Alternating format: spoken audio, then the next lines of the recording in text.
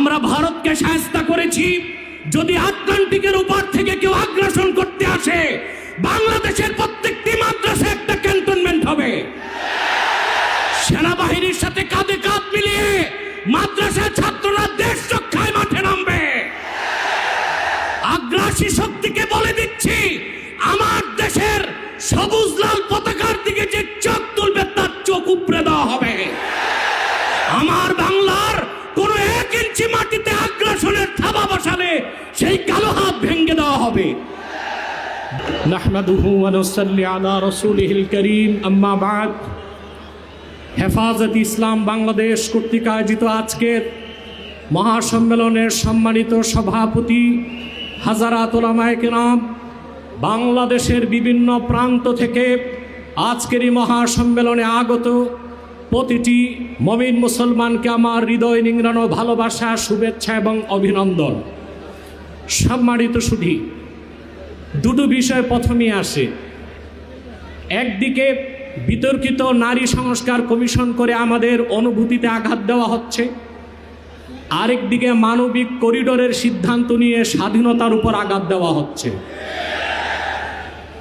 আমার মনে হয় বিতর্কিত নারী কমিশন করে আমাদের দৃষ্টি এদিক রেখে বর্তমানে মার্কিন যুক্তরাষ্ট্রের সাথে বাংলাদেশের স্বাধীনতা বিক্রির সওদাবাজি হচ্ছে কিনা সেটাও দেখতে হবে। হেফাজত ইসলাম বাংলাদেশ শুধু দাবি করবে না, সকল মাসলাকের মানুষের পূর্ণ সমর্থন হেফাজতের প্রতি আছে। কারণ হেফাজত হচ্ছে বাংলাদেশে সর্ববৃহৎ ইসলামী অরাজনৈতিক সংগঠন। আজ আমি এই জনতার পক্ষ থেকে, বাংলাদেশের কোটি কোটি মুসলমানের পক্ষ থেকে হেফাজতের সম্মানিত আমিরের কাছে বলবো, হেফাজত রাজনীতিতে যাবে না, কিন্তু রাজনীতি নিয়ন্ত্রণ করতে হবে। 53 বছরের ইতিহাস আমাদের কলঙ্কিত।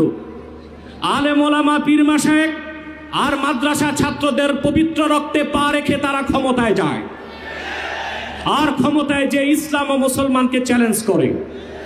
এ সুযোগ আর দেওয়া হবে না।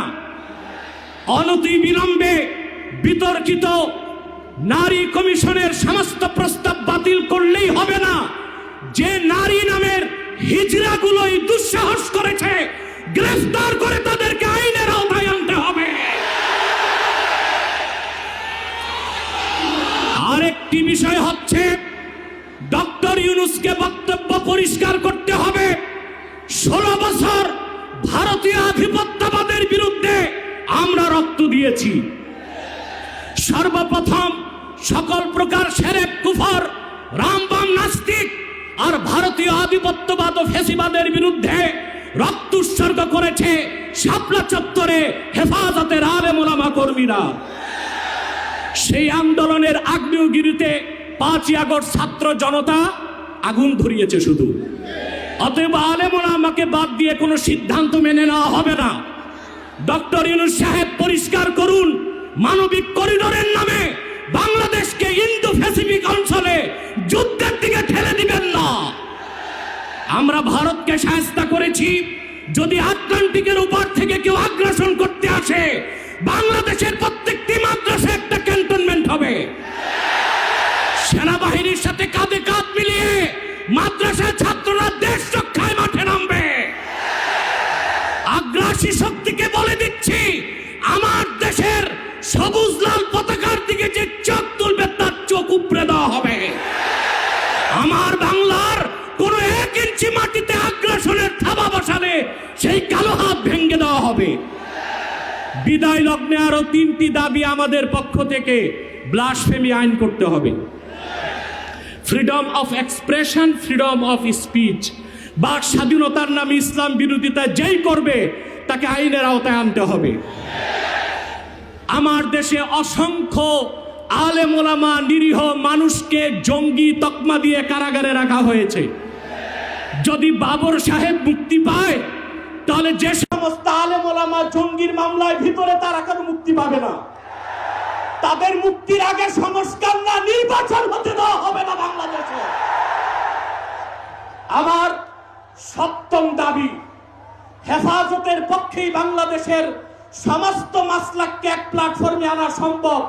একটি দাবি আদায়ের লক্ষ্যে, সেটা হচ্ছে বাংলাদেশে কাদিয়ানীদেরকে অবশ্যই অমুসলিম ঘোষণা করতে হবে। হেফাজত যদি ডাক দেয়, তাহরিকে খাতমে নবুয়্বত সহ সারা বাংলাদেশের মাসলাক আসবে। আমরা কাদিয়ানীদেরকে অমুসলিম ঘোষণার দাবি আদায়ে যদি জান ও মাল দিতে হয়, কারা কারা প্রস্তুত আছি। ওয়া আখির দাওয়ানা আনিল হামদুলিল্লাহি রাব্বিল আলামিন। ওয়াসসালামু আলাইকুম ওয়া রাহমাতুল্লাহি তাআলা ওয়া বারাকাতুহু।